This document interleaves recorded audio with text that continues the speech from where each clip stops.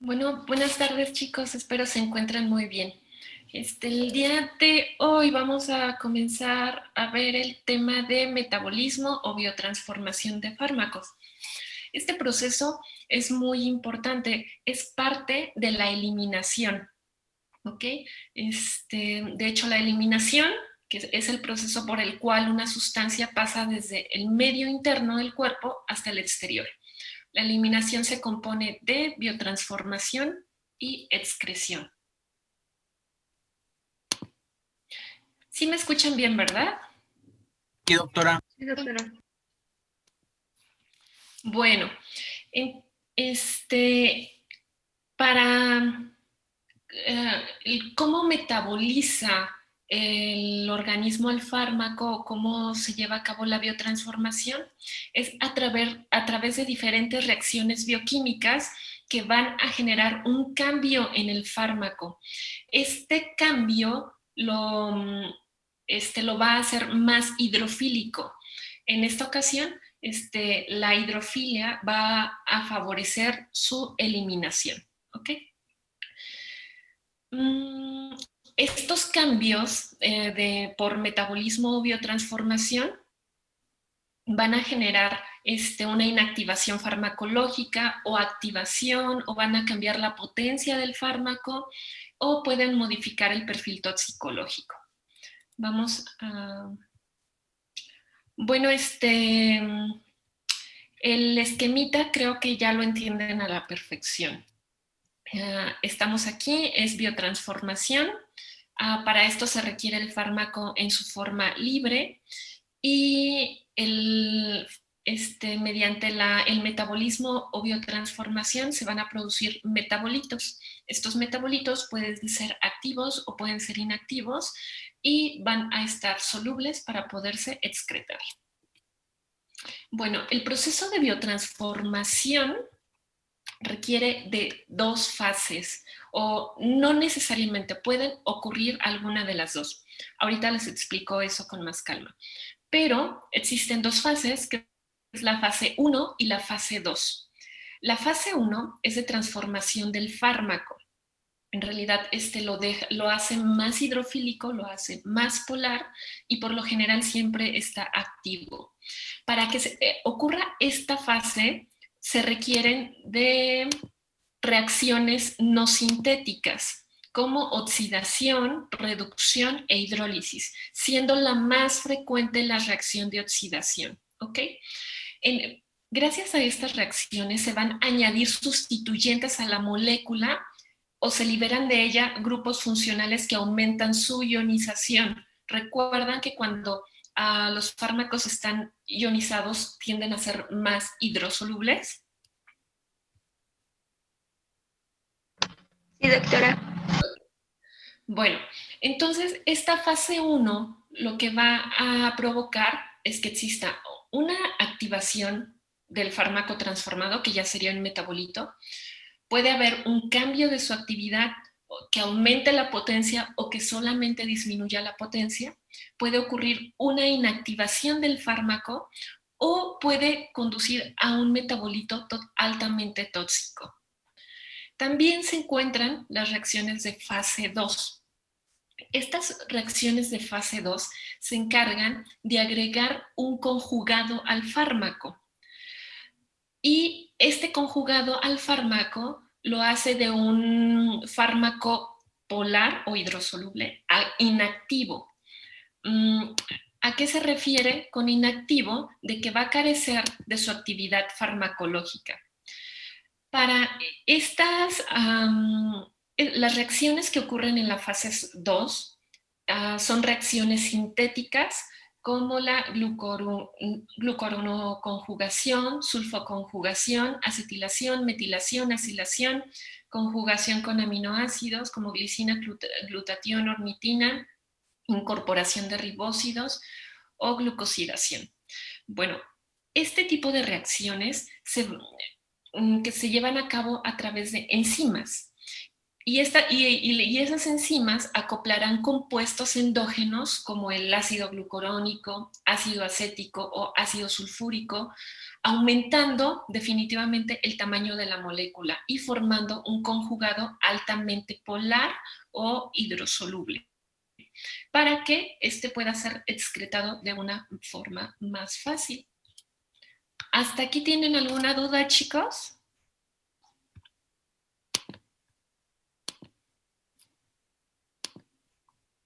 ¿Me entendieron? Sí, doctora. Bueno, yo no tengo ninguna duda. Ok. Sí, doctora. ¿Alguien habló? No. Bueno,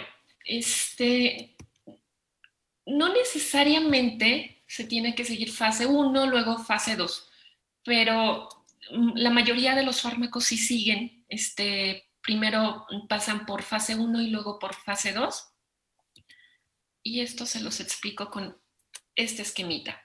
¿Okay?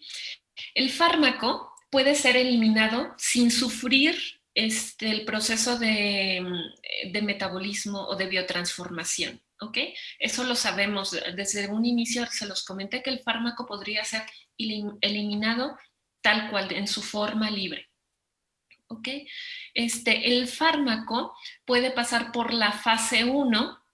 En la fase 1 se pueden formar metabolitos con actividad modificada o metabolitos inactivos. Estos metabolitos se pueden conjugar en la fase 2 para posteriormente ser eliminados. O también el fármaco no necesariamente tiene que pasar por la fase 1, simplemente se puede conjugar, ocurren reacciones en la fase 2 y este fármaco se podrá eliminar fácilmente. Estas reacciones de fase 1 y fase 2 van a crear un fármaco con característica lipofílica a un fármaco de característica hidrofílica. Mientras sea un fármaco con característica hidrofílica, se favorecerá su eliminación. Bueno, les comento que algunos fármacos producen metabolitos activos o tóxicos. De hecho, muchas veces a estos metabolitos se les llama profármacos, donde estos profármacos son sustancias biológicamente inactivas que es metabolizada en el organismo a una sustancia activa. Estos profármacos uno los toma y en realidad lo que nos hace el efecto es su metabolismo, su forma transformada, ¿ok? Por ejemplo, en el caso de la heroína, una vez metabolizada, forma la morfina, se encuentra la codeína, el propanolol, amitriptilina, que forman compuestos activos. Estos normalmente, estos son activos, estos sí son inactivos y pueden formar compuestos activos, pero también los compuestos activos pueden llegar a formar compuestos tóxicos, como el caso del paracetamol. Ahorita, más adelante, les voy a explicar específicamente qué es lo que ocurre con el paracetamol. Hasta aquí creo que les queda claro, ¿verdad? ¿Me podrían repetir qué eran los profármacos? Son sustancias biológicamente inactivas, un fármaco que no te va a generar una actividad, pero una vez que se metaboliza, que se transforma, ese producto transformado es el que va a tener la sustancia activa, ¿ok? ¿Te quedó un poquito más claro o no? Sí, muchas gracias. A ti, Julieta. O sea, ¿necesita del metabolismo para activarse? Exactamente. Gracias. Sí. Doctora, ¿y al momento de activarse puede ser, o sea, puede convertirse en una sustancia tóxica, bueno, en un compuesto tóxico o solamente se quedaría como un activo? Dependiendo de cada fármaco, muchos se pueden quedar solamente como activos, pero otros, por ejemplo, aquí ponen al mostaza fosforamida, pueden llegar a crear componentes tóxicos como la acroleína. Ok, gracias. Bueno, ¿en dónde ocurre el metabolismo, chicos?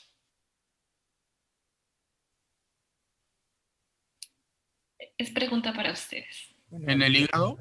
En el hígado mayor, ajá, nada más ahí en el hígado. ¿El estómago? En el estómago sí también suele ocurrir. En el riñón. Sí, también ocurre en el riñón. ¿En Muy el bien. plasma? En el plasma, efectivamente, en todos los tejidos que me comentaron, incluyendo el plasma, ocurren el metabolismo, pero principalmente ocurre en el hígado, ¿ok? Y a nivel celular, que es donde se llevan estas reacciones de biotransformación, suelen ocurrir tanto en el citoplasma, pero principalmente en el retículo endoplásmico liso, ¿ok? También hay muchas reacciones que se llevan en la mitocondria. Y bueno, y de aquí ocurre la biotransformación microsomal. Esta biotransformación microsomal se va a encargar de oxidar a los fármacos para aumentar su hidrosolubilidad y favorecer su excreción. ¿Y a qué me refiero con biotransformación microsomal? Son todos aquellos fármacos que van a ocurrir el proceso de biotransformación gracias a los microsomas hepáticos. ¿Okay? Que es donde se encuentran todas las enzimas necesarias para que estos fármacos sufran estas modificaciones y se vuelvan aún más polares. Entonces, el sitio en donde se va a llevar las transformaciones de fármacos primordialmente es en los microsomas hepáticos, ¿ok? Y en los microsomas hepáticos se encuentran en el retículo endoplásmico liso. ¿Sí? ¿Hasta ahí alguna duda? Creo que no, ¿verdad? Bueno, una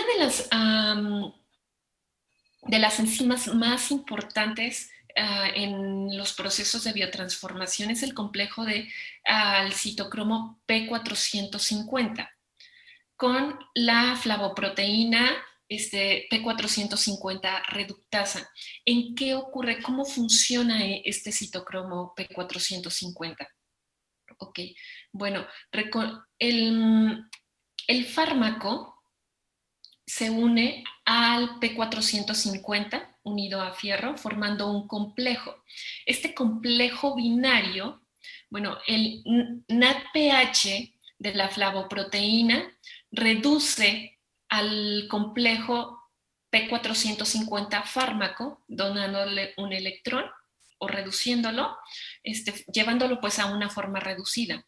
Eventualmente, la flavoproteína dona otro electrón reduciendo el oxígeno molecular, formando un complejo de P450 fármaco y oxígeno molecular activo.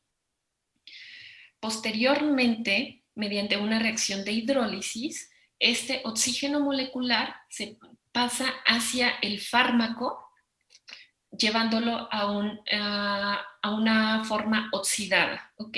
Y en su forma oxidada, este fármaco es liberado y el P450 puede continuar oxidando a otros fármacos. En términos generales, este es el proceso de oxidación de los fármacos, ¿ok? ¿Alguna duda? No. No, doctora. Yo sí, doctora. ¿Sí? Sí, ¿lo podría explicar otra vez, por favor? Claro que sí. Igual, por favor. Existen dos proteínas muy importantes para metabolizar a los fármacos. Es la primordial, que es el citocromo P450, con la presencia de la flavoproteína reductasa P450.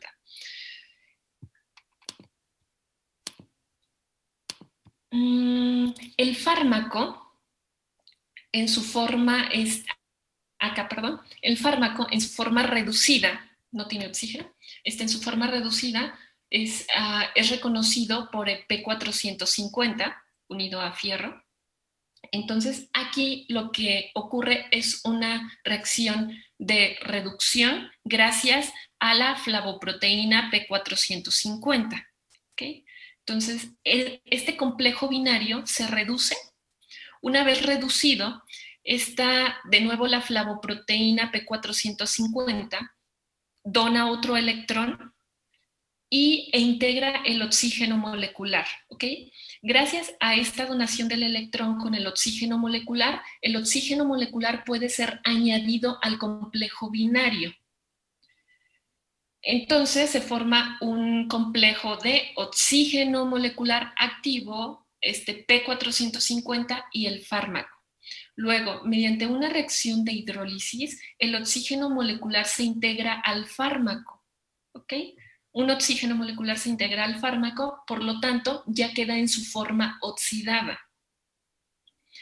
Y ya en su forma oxidada, este fármaco se separa del P450 y es liberado. Y entonces el fármaco se encuentra ya en su forma oxidada, obviamente más hidrosoluble y puede ser eliminado. ¿Sí? Bueno, no necesariamente eliminado, pero ya está en su forma oxidada.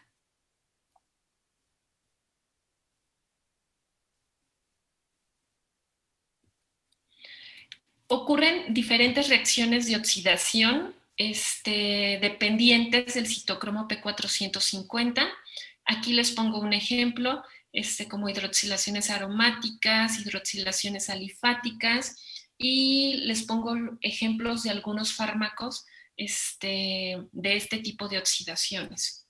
Ok, todas dependientes del citocromo P450. Bueno, el citocromo P450 es una superfamilia. Entonces, esta superfamilia está formada por familias. Estas familias se les coloca un número, el cual forma una familia.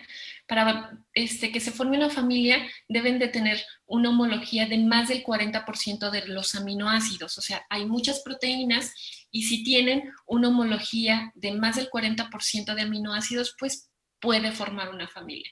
Después viene una subfamilia, el cual se le asigna una letra, y las subfamilias se forman a partir de aquellas que poseen una homología mayor del 50 al 60% de aminoácidos, y finalmente se le asigna un número con la variación, en este caso o el número del gen. Existen aproximadamente 18 isoenzimas del citocromo P450. Me parece que son 43 subfamilias. Y bueno, luego les paso bien el dato de cuántos genes son, pero es una cantidad muy grande de proteínas del citocromo P450 y ahorita les vamos a ver algunas de ellas, ¿ok? Y les voy a decir cómo funcionan en los fármacos. Las más frecuentes, las que se utilizan más, son las enzimas del citocromo P450 3A45 y el CYP2D6. ¿Okay? Son las más frecuentes. El citocromo P450 es responsable del 90% de las transformaciones que experimentan los fármacos y también de la mayoría de productos químicos ambientales. ¿Okay? Son las que se encargan de metabolizar prácticamente la mayoría de los compuestos que entran a nuestro organismo. Y bueno, los fármacos no siempre son substratos del citocromo P450. En muchas ocasiones pueden actuar como inhibidores o inductores. ¿Okay? Entonces, estos pueden afectar la actividad enzimática del citocromo P450 mediante, puede ser los inductores enzimáticos, la administración de ciertos compuestos puede inducir la producción de enzimas microsomales, y esto también puede acelerar el metabolismo, por lo tanto se reduce la actividad farmacológica del sustrato e inductor. Esto ahorita lo vamos a ver con unos ejemplos para que lo comprendan un poquito más, ¿ok? Y bueno, obviamente, como es un inductor de la enzima P450, pues se va a inducir el citocromo P450. Si hay una mayor actividad de P450, entonces imagínense, va a estar como loco trabajando, metabolizando los compuestos, en este caso los fármacos. Y si los metaboliza en un tiempo muy rápido, pues va a aumentar el proceso de eliminación aún más rápido. Y posiblemente esto puede afectar en la actividad farmacológica. Puede reducir su actividad. ¿Qué pasa cuando se inhibe? Cuando se inhibe el citocromo P450, pues no va a existir quien metabolice al fármaco. Y si no existe quien metabolice al fármaco, el fármaco se va a encontrar en su forma no hidrosoluble, posiblemente sí va a haber eliminación, pero en tiempos muy prolongados. Y esto pudiera originar una toxicidad, ¿ok? Obviamente aumentaría la concentración plasmática del fármaco, se inhibe el metabolismo y aumenta su actividad farmacológica del sustrato. Aquí les puse un ejemplo de la inducción enzimática. ¿Sí me entienden qué es más o menos me entendieron lo de la inducción enzimática? Más o menos. La inducción, sí. La inducción, ajá. Imagínense que están activando al P450 y si el P450 se encarga de metabolizar a un fármaco, pero está trabajando muchísimo, entonces lo está transformando en un tiempo muy rápido y posiblemente como lo está transformando en un tiempo muy rápido, entonces no le va a dar chance al fármaco de llegar a su sitio receptor donde debe de dar el efecto. Y por ende vamos a ver una disminución del efecto farmacológico. ¿Cómo funciona? Por ejemplo, aquí les puse un ejemplo de la inducción del citocromo 3A4. Y la rifampicina, la fenitoína, la dexametasona, la hierba de San Juan, pueden ser activadores del citocromo 3A4. No activador, inductores, pues. Estos lo que hacen es dejen aceptar a sus compañeros.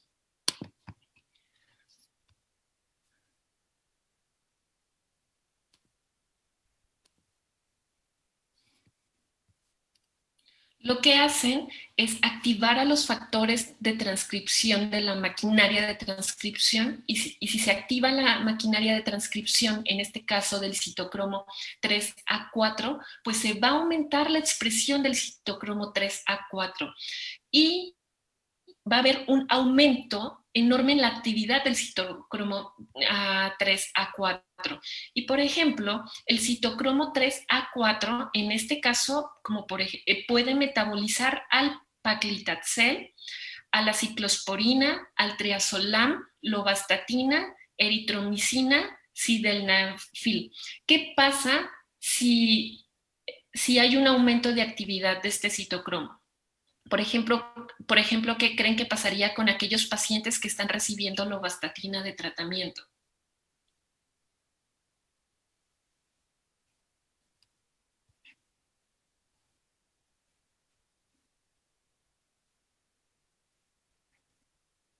Y hay una actividad enorme de su metabolizador. ¿Va a disminuir su efecto? Exactamente, no se va a encontrar el efecto terapéutico en el paciente porque la enzima metabolizadora pues ya lo está metabolizando y posiblemente ya hasta lo convierte en un fármaco inactivo. O lo hace con características para que se pueda eliminar más fácilmente del organismo. Muy bien, compañera. ¿Qué pasa con la inhibición enzimática? Bueno, solamente aquí les quiero comentar que hay dos tipos de inhibición: inhibición competitiva, inhibición no competitiva. Por ejemplo, esta es la enzima, este es el sustrato vamos a llamarle un fármaco X.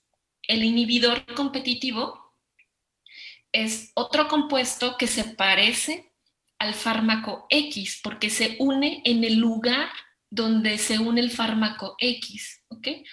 Vamos a llamar fármaco Y, que puede ser un inhibidor competitivo. Entonces, bueno, un agente interfiere con la unión de sustrato en el sitio activo. El inhibidor puede ser otro sustrato de la enzima. El inhibidor es estructuralmente parecido al sustrato, si no, no entraría en esta región. La unión inhibidor-enzima es reversible, esa es la ventaja. Es reversible con altas concentraciones de sustrato. Es reversible porque como es competitivo y si la unión es reversible, entonces si saturamos al medio con el sustrato, pues lo vamos a hacer aún más reversible, ¿no? ¿Qué pasa con la inhibición no competitiva? Okay. El inhibidor no necesariamente tiene que ser similar en forma o se tiene que unir al sitio donde el sustrato se une. El inhibidor se puede unir en otro sitio totalmente diferente del sustrato de la enzima, pero este inhibidor puede causar un cambio conformacional en la proteína, generando en sí un cambio conformacional en el sitio del sustrato y por ende el sustrato ya no va a reconocer a su sitio receptor, ¿ok? Y por lo tanto se inhibe. Si no hay unión del sustrato con la enzima, se inhibe el efecto. ¿Sí les quedó claro? Esto tiene que ver con lo de llave cerradura, cuando como que se adaptan a la forma que tiene la enzima, el sustrato. Ajá. ¿Sí? No lo había escuchado como llave cerradura, Julieta, pero sí te entiendo la analogía.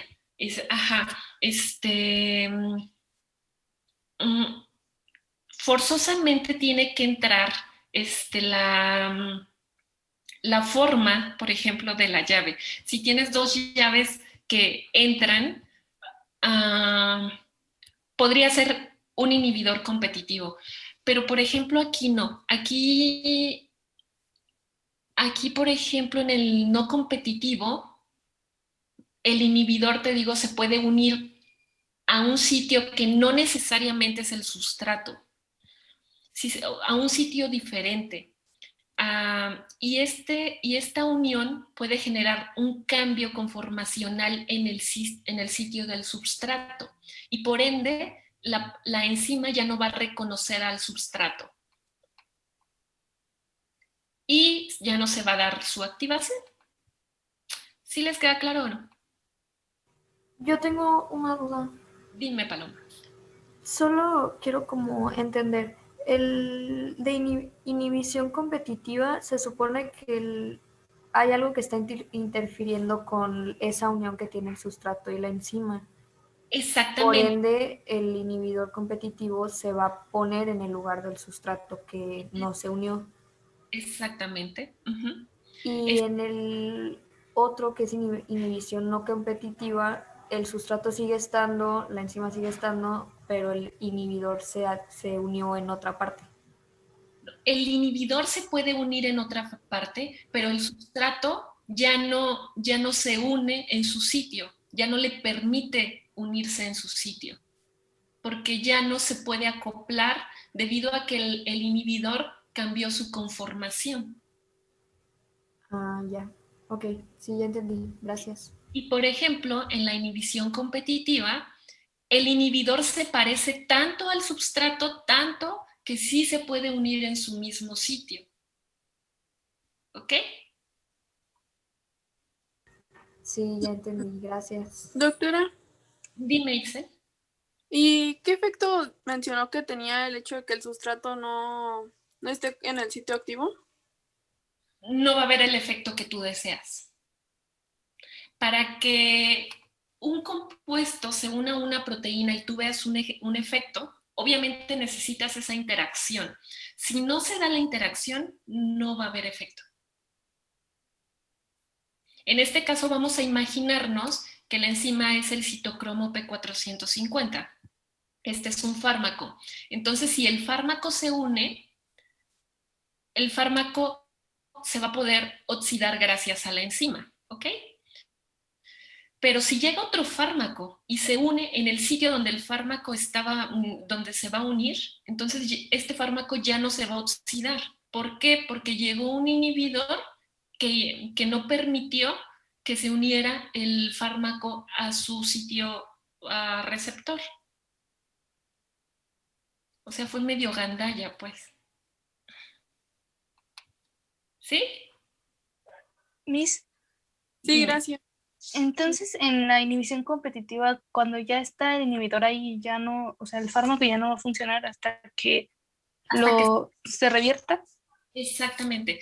La ventaja es que esta interacción se puede ir.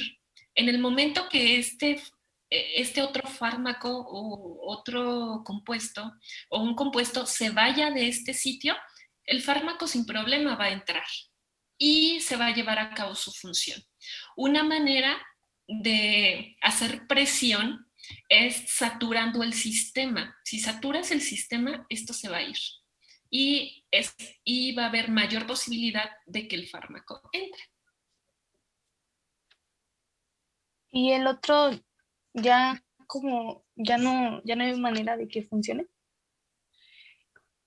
Claro, en el momento que el inhibidor también se vaya de aquí, la enzima recupera su forma original, que es esta, y el fármaco se puede unir. Ok. Estas interacciones son reversibles. Las de inhibidor con enzima.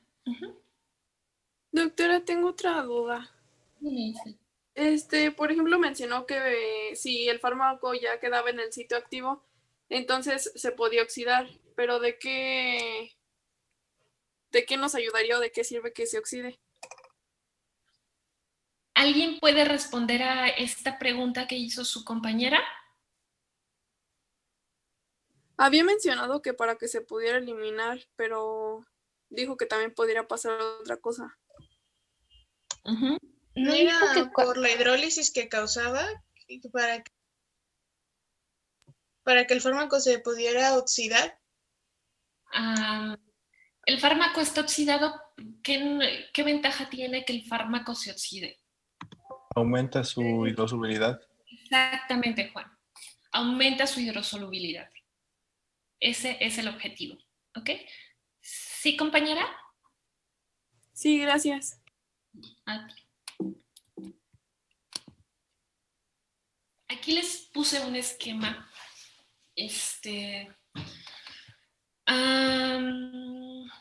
De lo que es la inducción enzimática, cómo ocurriría, por ejemplo, en sangre, ¿no?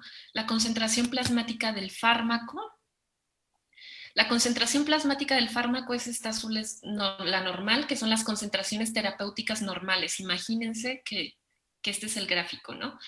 Que esta concentración es necesaria para que el fármaco tenga su actividad terapéutica. Bueno, ¿qué pasa si existe una inhibición enzimática?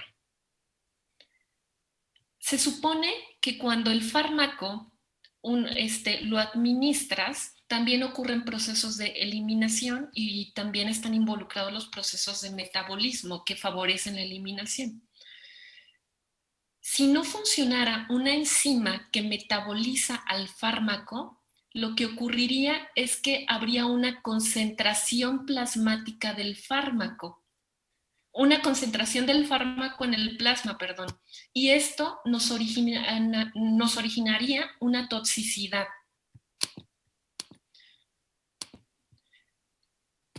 ¿Qué pasa si hay un inductor de la enzima?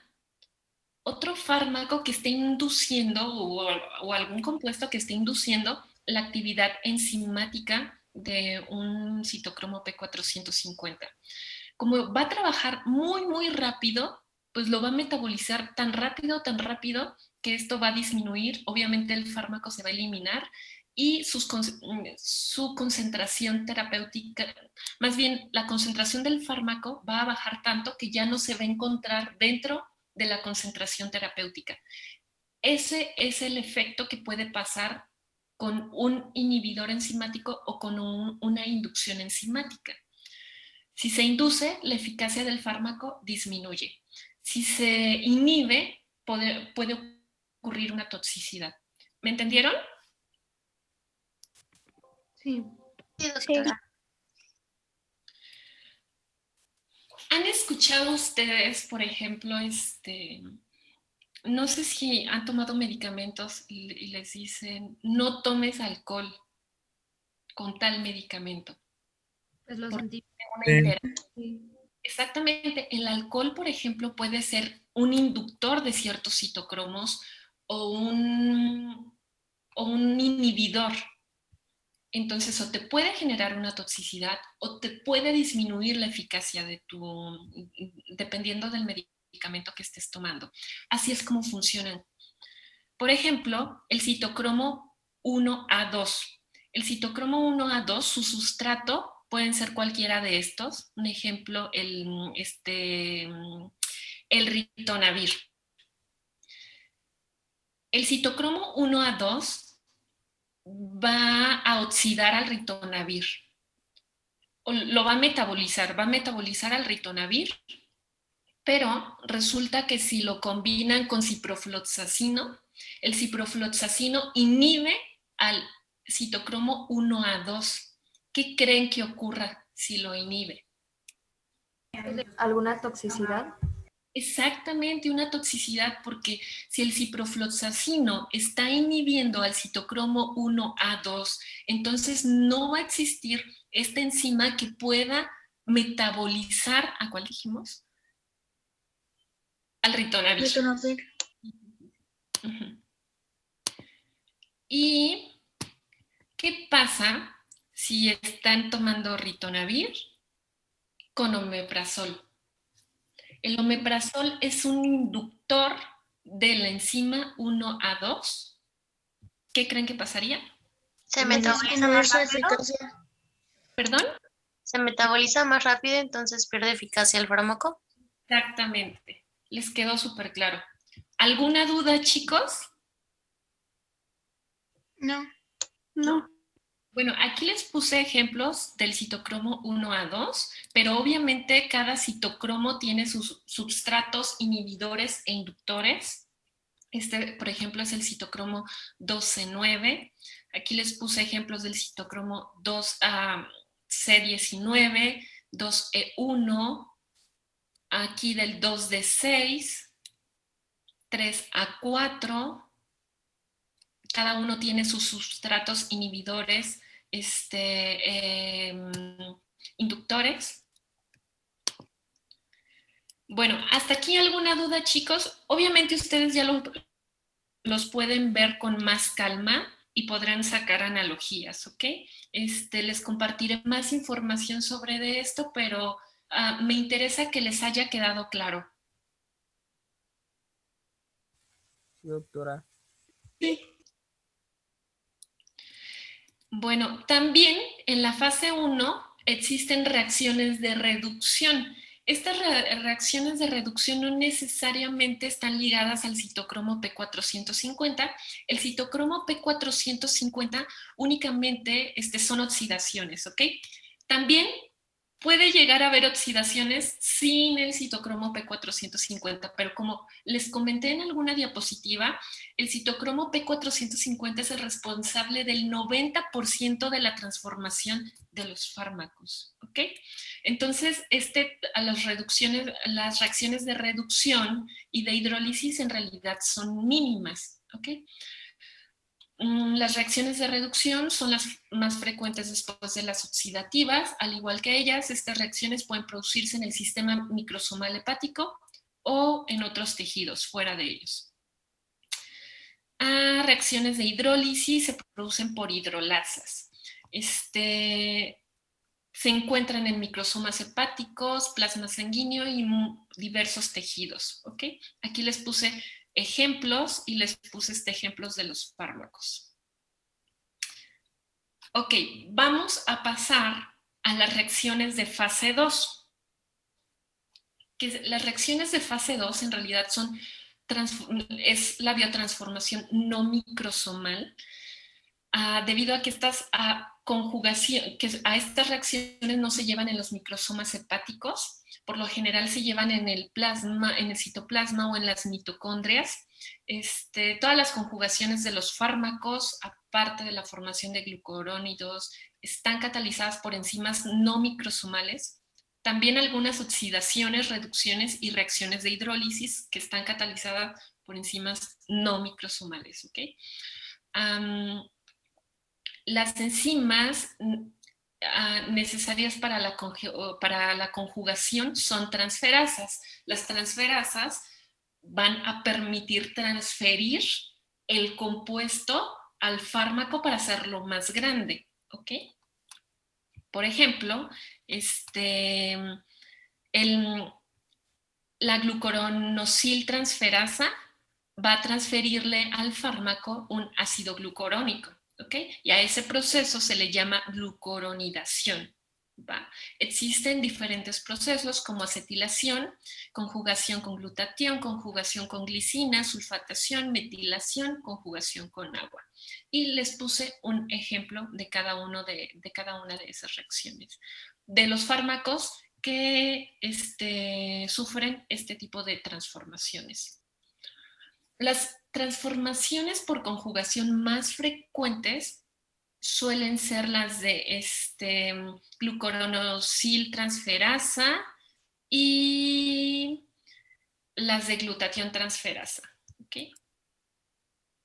Aquí les puse el ejemplo del paracetamol. El paracetamol es súper interesante. De hecho, no sé si ustedes han escuchado que el paracetamol es como el más, el que genera menos daño al organismo. Hemos visto muchos memes que... Para todo dan paracetamol. Pero en teoría es porque causa menos daño al organismo. En teoría. Normalmente, el proceso de biotransformación del paracetamol se da por glucuronidación y sulfatación en un 95%. ¿Okay? Estos funcionan súper bien, lo metabolizan y se puede eliminar. Sin embargo, también puede ser metabolizado por el citocromo P450. Los principales son por fase 2, que es de glucuronidación y sulfatación. ¿Qué pasa cuando hay una sobredosis de paracetamol? Sobresaturan estas reacciones. Y si las sobresaturan, entonces ya no va a haber glucuronidasas ni ni las enzimas que se me olvidó. La transferasa del... ¿cómo se llama de esto? Bueno, su transferasa de la sulfatación. Si las saturas, entonces estas ya no van a trabajar. Se van a transformar por el citocromo P450 y estos van a producir un compuesto que es hepatotóxico. ¿Ok? Ya ven que muchas personas suelen automedicarse. Realmente sí ha pasado. O sea, sí se han visto muchos casos de toxicidad por un mal manejo, una mala administración de paracetamol. ¿Sí me entendieron, chicos? Sí, doctora. Sí. Bueno, también existen factores que modifican el metabolismo de los fármacos, como factores fisiológicos y factores farmacológicos. Los factores farmacológicos fue los que ya vimos prácticamente. Factores fisiológicos está como la edad. La edad varía sobre todo todas las enzimas metabolizadoras. Obviamente en un neonato la capacidad biotransformante es muy inferior a la del adulto. De hecho, tienen déficit por glucoroniltransferasa. Si les dan cloranfenicol, el cloranfenicol se metaboliza por glucoroniltransferasa. Entonces, si no tienen esta enzima, les puede producir el síndrome gris. ¿Okay?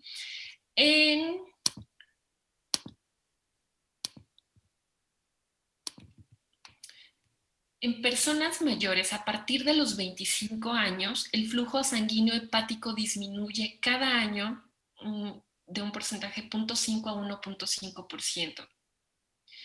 En individuos de 65 años presenta un descenso del flujo hepático del 40 al 45%. La masa hepática disminuye con la edad y hay una reducción en la función renal. Por lo tanto, la biotransformación y la capacidad de respuesta a los inductores enzimáticos pues van a ser menores. También están el sexo y hormonas. Por lo general, los fármacos suelen ocasionar un efecto más intenso en mujeres por el tejido adiposo. Y bueno, durante la gestación el aumento de progesterona también puede inhibir enzimas metabólicas. Los esteroides anabólicos también pueden interferir con estas enzimas para metabolizar fármacos. Y la dieta. La dieta, una dieta hiperproteica puede aumentar el contenido del citocromo P450. Por lo tanto, ocasiona un incremento en el metabolismo oxidativo, reduce el flujo renal y la eliminación de los fármacos, pues por lo general es por esta vía. La dieta deficiente en proteína y con exceso de carbohidratos reduce la actividad enzimática microsomal. Okay. Bueno, hay ciertos alimentos que también pueden inducir al citocromo P450 y algunas reacciones como de la fase 2, como glucoronidación. En este caso, el repollo es un inductor del citocromo, las coles de Bruselas, los nabos, los rábanos, la carne asada al carbón, esto porque genera hidrocarburos aromáticos policíclicos y estos hidrocarburos son inductores de la enzima P450. Bueno, existen problemáticas también genéticas. No sé si ustedes han escuchado, o yo creo que sí lo han visto, que en ciertos pacientes presentan el mismo diagnóstico, pero tienen diferente respuesta al tratamiento. Por ejemplo, el tratamiento no les hace efecto, o puede ser muy tóxico para unos pacientes, o pueden generar algunas reacciones adversas leves. ¿Sí lo han escuchado? Sí. Sí. Bueno, esto, como ya lo puse en genéticos, prácticamente se debe a los cambios en su secuencia de DNA que a su vez generan polimorfismos genéticos y estos conllevan a una alteración del efecto farmacológico. ¿Okay? Por ejemplo, el clopidogrel, ¿okay? Es un antiagregante plaquetario. Este fármaco es metabolizado por el citocromo P450, C19-2 y C19-3, pero en ciertos pacientes tienen variaciones en estos citocromos, ¿ok? Y bueno, si tienen variaciones, entonces el fármaco, en este caso el clopidogrel, ya no va a ser reconocido por la enzima, más bien por su variación, ya no va a haber una enzima que metabolice al clopidogrel. Sí, y obviamente se va a disminuir la actividad farmacológica y puede inducir un efecto tóxico.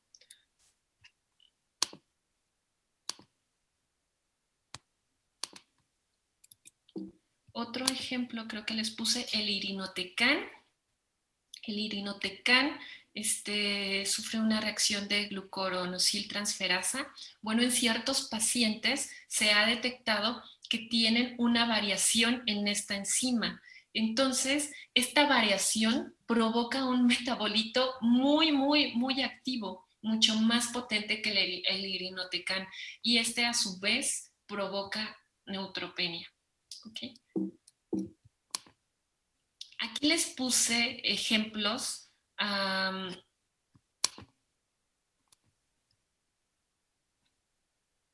Aquí les puse otros ejemplos de polimorfismos genéticos en el metabolismo de los fármacos, tanto de fase 1 y fase 2. Me gustaría que ya ustedes los revisaran con más calma. Les puse aquí qué es lo que significa cada uno de los... Y creo que es todo lo que les tenía preparado para hoy. ¿Tienen alguna duda de esto?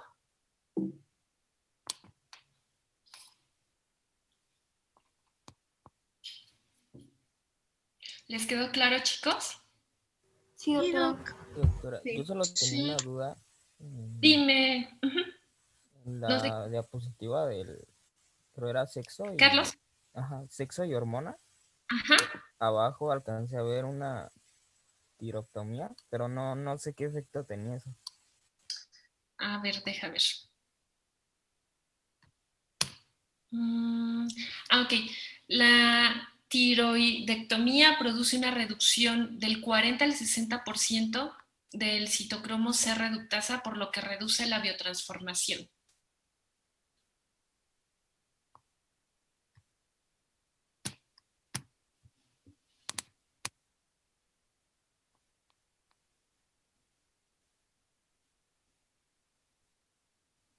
¿Alguna otra duda?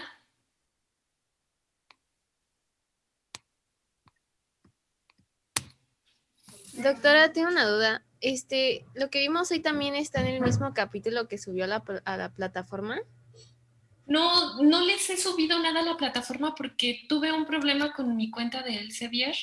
Me imagino que en el mismo libro también hablan de metabolismo de fármacos. En cuanto tenga acceso les mando el link. Si no, ustedes mismos lo pueden buscar.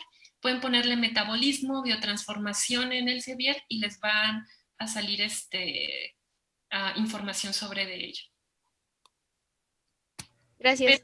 Y lo buscaré este fin de semana. Les mando las presentaciones, la que vimos antier y la de hoy, y les mando lectura. Gracias, doctora. El lunes vamos a ver eliminación, ya el proceso de eliminación de los fármacos, y ¿qué pasa ya cuando el fármaco se une a su sitio receptor para crear un efecto? ¿Cómo se llama ese tema? Es interacción fármaco-receptor, algo así creo. Y eso lo vamos a ver el día lunes. Si quieren pueden ir buscando un ejemplo de un fármaco, porque el día miércoles ustedes me van a presentar un fármaco, una de cómo es su interacción. Lo de las interacciones lo vamos a ver hasta el lunes, pero de una vez les voy comentando cómo es su absorción, cómo es su distribución, su metabolismo, su eliminación y bueno, pues datos generales del fármaco, para qué se utiliza, ¿ok? Eso sería tarea para el miércoles.